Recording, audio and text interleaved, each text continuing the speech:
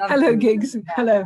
Hello, wonderful. Thank you so much, everyone. This has been an extraordinary afternoon. Marcus, Breda, and Manuela. What fantastic stories.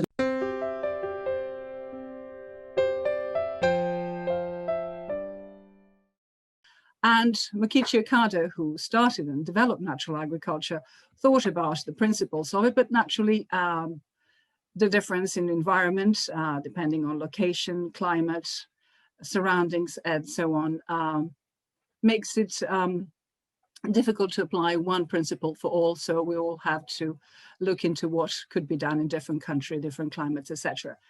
So by listening to presentations today from 4 participants, we hope that people will learn more about the essence of practice of natural agriculture.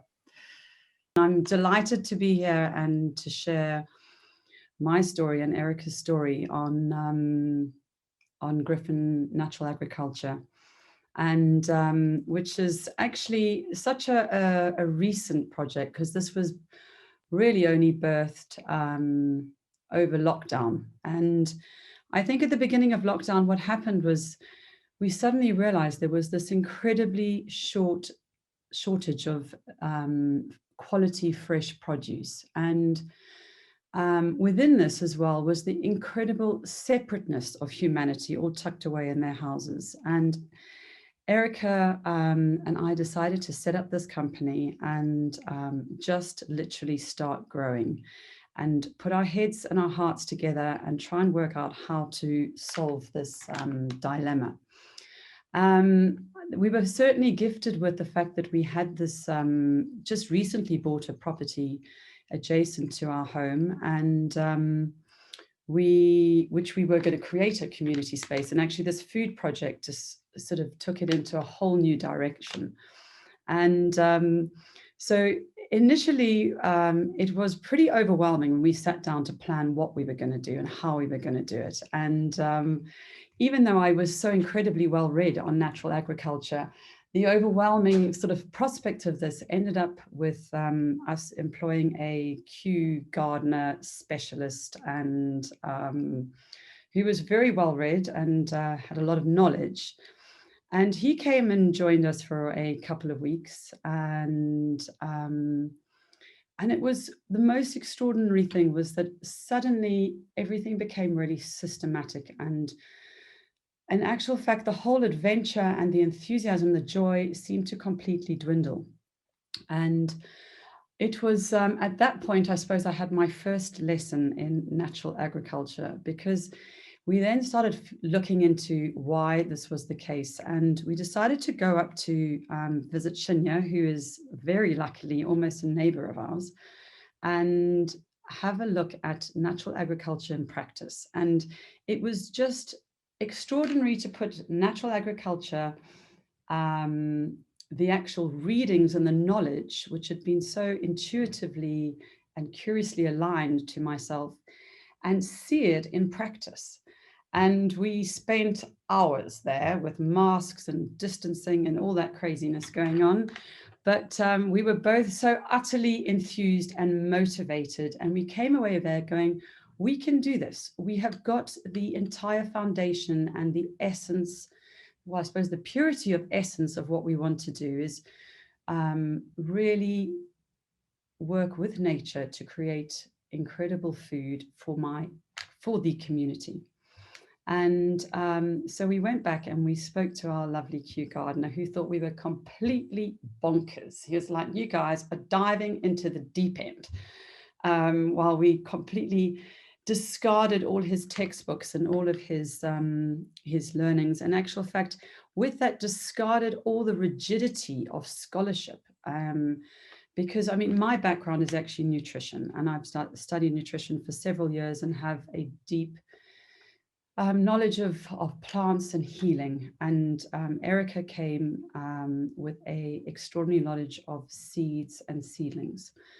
So I think it was just freedom. That is the first lesson that natural agriculture gave to me, because it was like, actually, you get in touch with your piece of land and you really connect deeply with what you want to do and with what is provided in terms of soil and what all the resources are around you. And when we did that, it was just like we opened a magic door.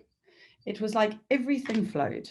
We suddenly found a spring of water that was about 50 meters above us, which we then went into a crazy moment of putting drain pipes together and bringing it down the hill and filling an enormous tank that we found around the corner as well. And so we ended up being gifted with groundwater from this, literally, that was sourced from this property, and which we then fed through a gravity system into all the beds that we created. And we obviously were with, I think the whole of Britain was trying to find seed along with us. So we were fairly limited in terms of what we could actually plant, but we were pretty intrepid in finding seed everywhere. And so I suppose those first few moments was freedom. It was really just having the curiosity to learn, and the curiosity and I suppose the gung-ho just to get on and do it. I mean, we were also gifted by Shinya with lots of seedlings and seed, which was remarkable, and Erica will talk about that later. And so so I suppose that with this is that we had lots of wonderful signs. We suddenly had a swarm of bees that arrived about 2 weeks later that plonked themselves in our tree. And thanks to the University of YouTube, we did actually work out a plan how to put these into a hive. And we now have our wonderful pollinators at hand, which we've now joined with a few friends. But and so that, you know, I suppose my second lesson of this experience is within the freedom of doing what we were doing, is that natural agriculture demands all of you. It demands an entire presence of being. And in that, I mean that you really have to take time to observe.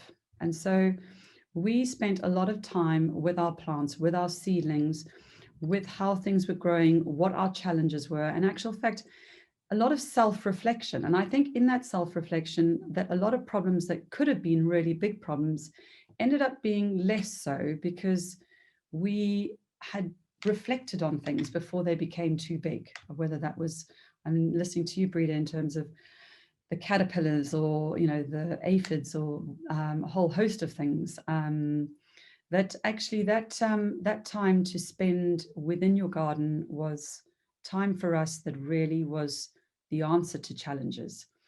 And I think that the third lesson in all of this was that actually community is key. And that is really why we set up a community interest company that was linked to this this project, because nature gives abundantly, and that process of going with natural agriculture just taught us that actually nature just gets on with it, and actually the less you mess around with it, the better. And so we brought in a whole volunteer scheme, because as much as we had an innate knowledge and feeling for health and holistic care of the land, it was also something that we wanted to share with others, because there just seems to be a lot of people out there that are either lost because they don't have a community, or have a lack of knowledge of what they're eating and how what they're putting into their bodies and what that is doing. So we decided to create this volunteer scheme and get a whole random lot of people in on a Thursday initially, because it was quite something to keep us going and to manage.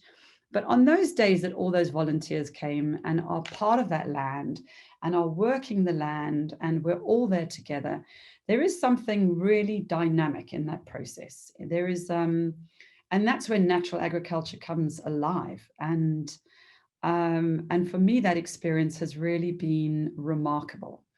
And so we've had a really incredible 9 months of creating this garden, harvesting And with our produce, what we can't share through volunteer scheme, we now sell through a box scheme, and we try and waste nothing. And so we've taken on a really trying to sell further food products in terms of soups and other things that we prefer not to go to waste. And so, and what we intend to do, and probably in the future, is to do things around more about soup kitchens and providing for people who don't necessarily have access to fresh food. And so it's been an incredible process, and there's so much more to learn, and there's so much more to do. And yes, I'm very much looking forward to another extraordinary year. So I will get Erica to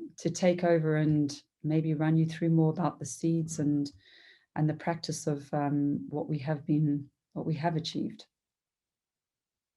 Erica.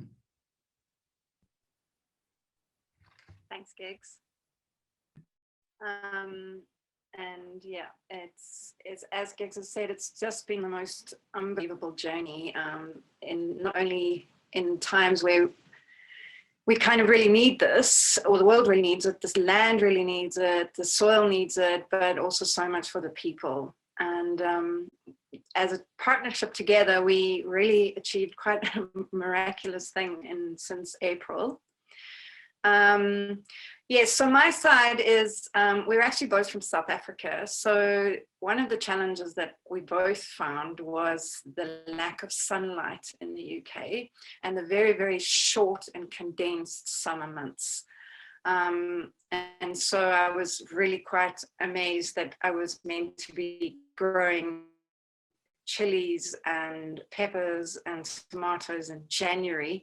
I quite got a big fright with that one, because we've got such a long season in South Africa. So it was quite challenging. Seeds, I've been saving seeds for about 5 years now. I just started doing some research. I'm a chef by trade, and really took everything down to the very fundamental basis to all life, which is the seed. And I realized that you can put all kinds of sauces and things on your food, but you'll never ever get the and the flavor unless the seed and it comes from a pure base. And so I could journey the last 5 years of not only teaching people to grow their own veggies, but also how to cook veggies, and work with the land. I knew everything, which is impossible. We made Shinya and Shumei Institute, and really concretized the beauty between the relationship of the seed with the soil. And that became, it just kind of lit up everything inside me, and it made me realize how much our energy is needed for the real, like planting one tiny seed, which I have some seeds in front of me, and really having a relationship from the moment that it is in your hand to putting it onto the soil, to covering it, to watering it, to nourishing it, to making sure that it doesn't get too much heat and doesn't get too little heat, as in the UK.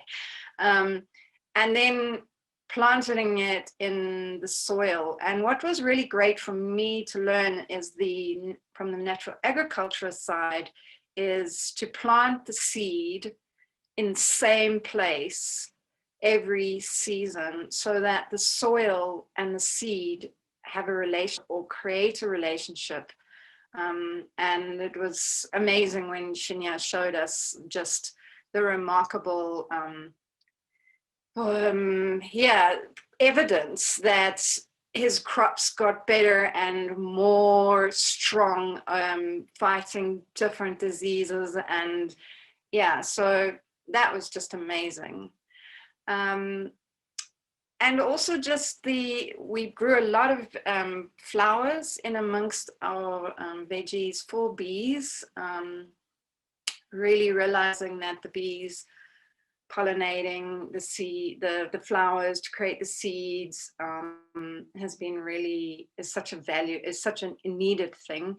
And then I learned so much about the bees as well, how they need pollen at a certain time of their summer harvesting, and then they need nectar to create the honey.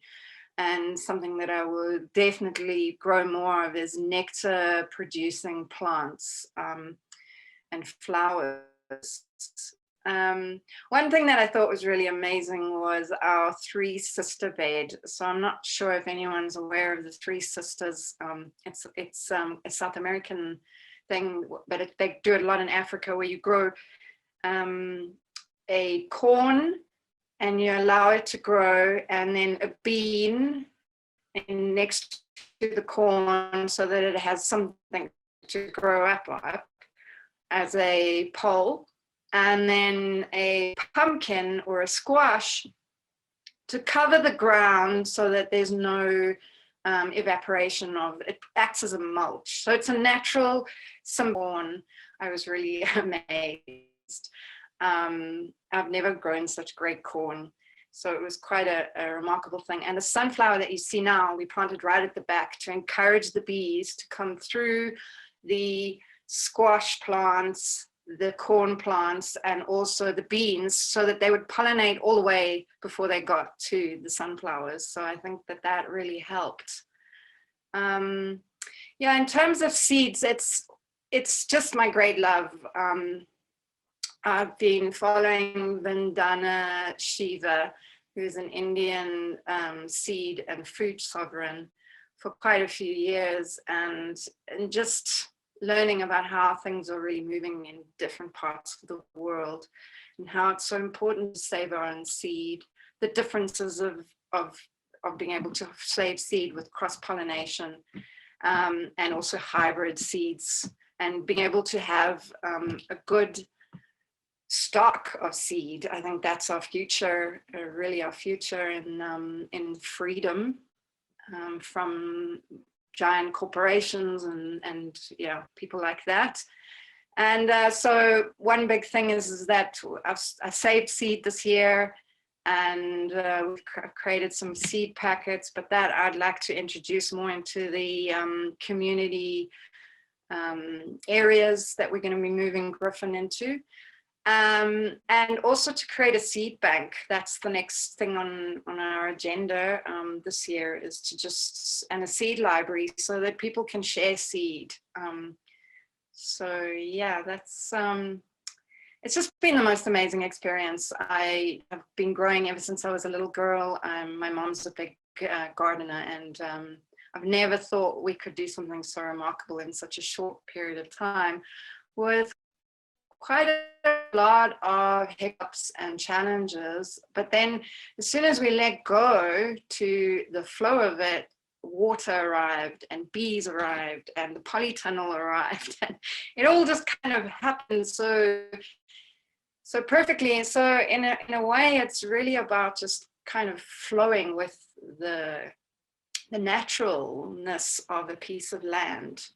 A lot of people have told me, you need to sit and watch land for a year. We didn't have time to watch the land for a year. We just kind of had to go into it. And I think both I realized that if you're intuitive, you really feel into what the land wants. And it's not just the land, it's the soil, it's the microorganisms in the soil, it's the trees, how they speak to the other plants, and the bees. I mean, we just spend so much time just communing with all the magical creatures in that garden. And the flowers were just extraordinary. Yeah. So I have to say that I'm just so grateful to Shinya for gifting us such beautiful plants. Right in the beginning, we didn't have any seed. And he gifted us just amazing lettuces and broad beans. And they just grew so amazingly. And then the tomatoes. And one thing that Giggs and I both realized is that we grew lots of different tomatoes, as you can see in the photograph that's going round and round. And the one thing that we both realized is that every other tomato didn't come close in flavor as the ones from Shumei and Shinya gave us.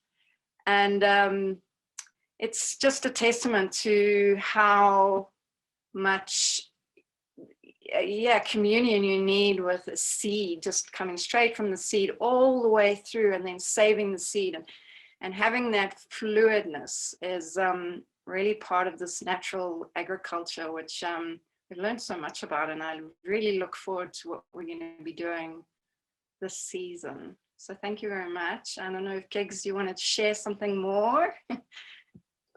No, I just wanted to say thank you to Shinya and to the Shumei project, because it's, as I said, that really was where our learning curve changed, and where we literally gave up the scholarly books and decided to go on our own bat. And we've learned so many things, and that, as I say, that connection with the land has been extraordinary. And yeah, it's so healing. And so I wish to, hopefully with the community, that they can actually go through a similar process through us, with us, and understand what natural agriculture has to give. So yes, thank you, everybody. Well, thank you to Gigs, and thank you to Erica for their wonderful story and their miraculous work. And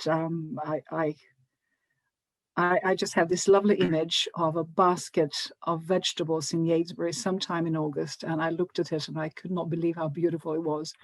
And then Sheena explained to me that came from your farm. So thank you for sharing your story, and let's have a look at the questions and answers here and see if you have any questions for you at the moment. I think it looks like it. Right, I think there is, Barbara, there is a question there. Can you see it, Gigs?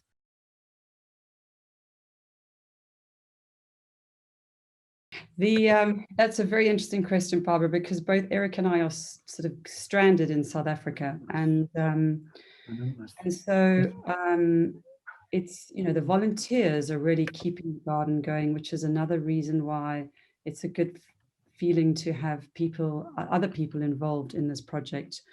You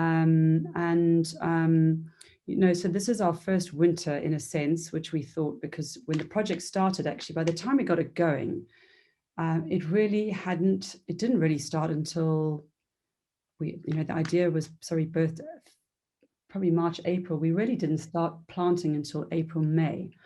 And the polytunnel only came the end of June, beginning of July. So this is our first year of really getting getting things going. But within the principles of Shumei, we have decided that we're going to stick with keeping our same. We've saved so much seed, keeping our seed and maintaining the principle of planting in the same row. So the same potatoes, the same varieties, the same, the kales, the beetroots, and everything. So we are going to wholeheartedly engage in that process of planting the same crop in the same place and using its same seed. And so this is our first year in terms of moving into that. So I'm hoping that we're going to see amazing results, because actually it was infinitely obvious from the seed and the plants we got from Shinya that it all comes down to the seed. And hopefully after having a year of the seed in the soil, having this interrelationship, which is part of the magic, that we will see some of that coming through with the other seed. And yes, there were some big mistakes. You know, we planted corn the wrong time in the polytunnel, and we planted celery in the wrong place. So there are a few parts where we've learned lessons, and we will have to change our approaches to what we do.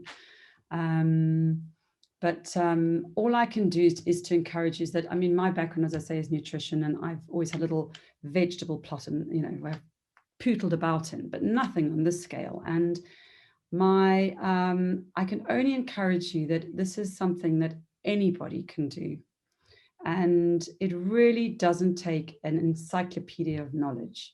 It just takes a lot of heart and a lot of back-breaking work. I have to say, my osteopath has made a small fortune from me, from digging so many holes and all the rest. And it just and it's that time to connect, that time to spend on that land with those plants.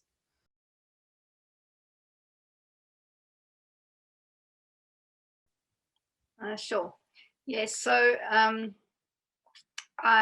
being a chef, I have a bit of an addiction to creating new recipes. And I started collecting. One of the main things was we grew so many calendula flowers that I started collecting a lot of the calendula flowers, actually, leaving obviously enough for the bees and the butterflies. And I dried them and I infused them in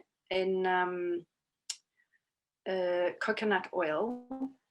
And I didn't really know what I was going to do with it, because calendula is very good as for various different things. Off the top of my head, it's good for the skin. And Gigs and I went a couple of years ago. Probably is nearly a couple of years ago. We went to a foraging walk and in the Wiltshire, and I learned that one of the person who was hosting the actual foraging walk said that calendula would be one of his 5 things that he would take if he was stranded on a desert island. Anyway, so made an infusion and also made a tincture with them. And later on, towards the end of the season, I had enough time to create some winter. I created a winter salve made from beeswax and shea butter, and also a sort of a body butter, and it was really amazing. We had the most amazing feedback from that. So, and I brought it all the way out to South Africa. So, yeah, we've had some really great and interesting products come from the over and top of what we've been selling and giving away.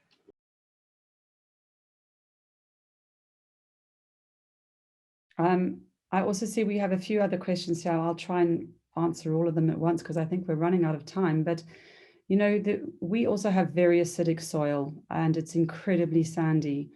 And in actual fact, we didn't have time to do soil tests, as Erica said. We just dived in there and planted.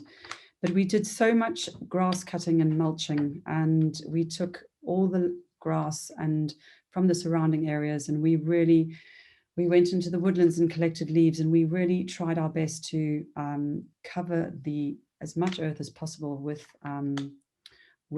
as much local found grass cuttings as well as mulch coming from leaves or well-rotted leaves.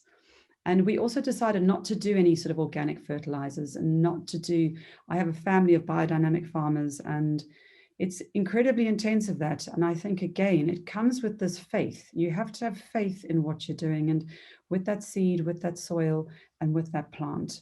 And I can only say what we have done has been testimony to the fact that we really didn't need them. And the soil seemed to have given. And I suppose that this year, using the same soil, the same seed, will be really the proof in the pudding. So certainly for the first year, we really didn't seem to need to put any kind of fertilizer, not organic fertilizer.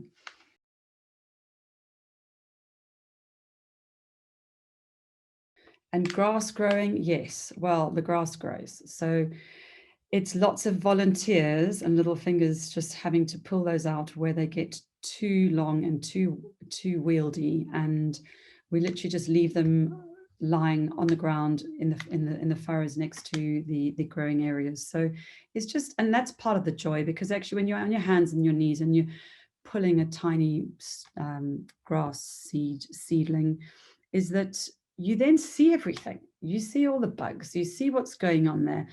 And, you know, that's part of the process. That's why I say it takes time. You have to give full presence, because when you're there and you're doing these small things, you then notice where the problems are. And then the big problems never become big, and the challenges never become too big. So you solve them, you find the answers before they become really big problems. So that's actually,